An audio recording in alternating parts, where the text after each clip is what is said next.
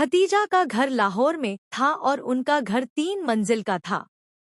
पहली मंजिल पर उसके मामा रहते थे जिनका नाम तारिक था और दूसरी मंजिल पर उनका चचेरा भाई रमजान अपने परिवार के साथ रहता था और वह अपनी माँ, पिता और बहन के साथ भूतल पर रहती थी। समुद्र के किनारे एक खूबसूरत रेस्टोरेंट, जहां अहमद ने खतीजा के लिए एक सरप्राइज तैयार किया है। रात का समय था, चारों ओर चांदनी बिखरी हुई थी और हल्का संगीत बज रहा था। खतीजा रेस्तरां में प्रवेश करती है और मुस्कुराते हुए अहमद की ओर बढ़ती है। अहमद पहले से ही वहां मौजूद था और एक मेज पर बैठा था और मेज पर मोमबत्तियां जल रही थी।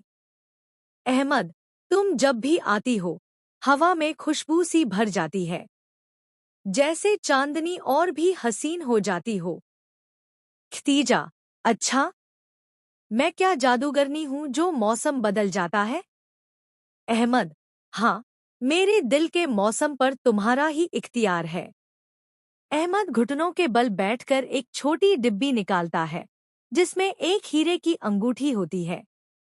खतीजा हैरत से देखती है और उसकी आंखों में चमक आ जाती है। अहमद, खतीजा, मैं तुमसे बेपनाह मोहब्बत करता हूँ। तुम मेरी जिंदगी हो, मेरी खुशी हो, मेरी दुनिया हो। क्या तुम मुझसे शादी करोगी? खतीजा जज्बाती हो जाती है, उसकी आंखों में आंसू आ जाते हैं। वह धीरे से सर हिलाती है और अहमद को गले लगा लेती है और फिर धीरे से बोलती है। खतीजा, हाँ अहमद, मैं तुमसे शादी करूंगी और हमेशा तुम्हारे साथ रहूंगी। रेस्टोरेंट में मौजूद लोग तालियां बजाते हैं। दोनों खुशी से मुस्कुराते हैं और रेस्टोरेंट से बाहर आसमान की तरफ जाते हैं, जहां चांद चमक रहा होता है। खतीजा खुशी खुशी घर आती है और अपने मामा तारिक को सब कुछ बताती है। खतीजा, मामा, मुझे अहमद से शादी करनी है। वह बहुत अच्छा लड़का है और हम एक दूसरे से मोहब्बत करते हैं। तारिक गुस्से से, क्या? वही अहमद? खतीजा मुस्कुराते हुए, हाँ मामा, वह बहुत अच्छा इंसान है। तारिक गुस्से से खड़ा होता है और बोलता है, अच्छा इंसान? तुम भूल गई कि उसके तुम्हारे वालिदैन के साथ क्या किया था? खतीजा के माँ बाप हैरानी से तारिक को देखते हैं, जबकि खतीजा परेशान हो जाती है। खतीजा, मामा, उसका इस मामले से कोई ताल्लुक नहीं। तुम गुजरे वक्त की नफरत में मेरा हाल क्यों बर्बाद करना चाहते हो? तारिक, क्योंकि मुझे बदला लेना है। तारिक गुस्से में कमरे से बाहर निकल जाता है और रमजान, जो खतीजा का कजन था, उसके पास चला जाता है। यह दोनों बहुत करीबी दोस्त थे। रमजान, तारिक, अगर तुम कहो तो अहमद को रास्ते से हटा सकते हैं। तारिक, नहीं, मैं उसे मारना नहीं चाहता। मैं चाहता हूँ कि वह खुद अपनी मोहब्बत से दूर हो जाए। एक दिन सुनसान गोदाम में तारिक अहमद को बहाने से बुलाता है। अहमद दरवाजा खोलकर अंदर आता है। गोदाम में बहुत अंधेरा होता है, सिर्फ एक बल्ब जल रहा होता है। तारिक कुर्सी पर बैठा होता है और रमजान एक टेबल के साथ खड़ा होता है। अहमद, तुमने मुझे यहाँ क्यों बुलाया? तारिक, बस एक आखिरी बार बात करनी थी। मैं चाहता हूँ कि तुम खतीजा की जिंदगी से चले जाओ। अहमद हैरानी से तारिक को देखता है और कहता है, अहमद, कभी नहीं। मैं उससे सच्ची मोहब्बत करता हूँ। तारिक मुस्कुराते हुए कहता है, तारिक, अगर मैं कहूँ कि खतीजा तुमसे मोहब्बत नहीं करती तो?